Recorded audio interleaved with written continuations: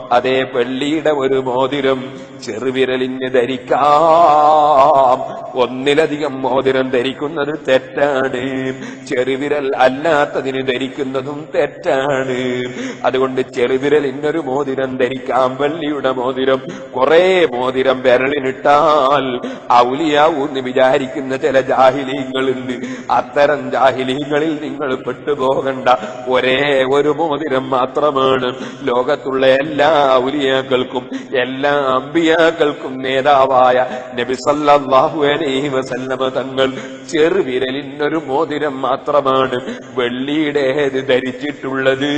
അത് ഇടത്തെ ചെറുവിരലിനുമാകാം, വലത്തെ ചെറുവിരലിനുമാകാം. വലത്തെ ചെറുവിരലിനാണ് കൂടുതൽ നല്ലത്. അതിലധികം മോതിരം ധരിക്കേണ്ട. ഹറാമാണോ അല്ല ഹറാമല്ലേ? പണ്ഡിതന്മാർക്കിടയിൽ ചർച്ചയുണ്ട്. ഒരുപാട് പണ്ഡിതന്മാർ ഒന്നിലധികം വെള്ളി മോതിരം പുരുഷന്മാർക്ക് ഹറാമാണെന്ന് തന്നെ പറഞ്ഞിട്ടുണ്ട്.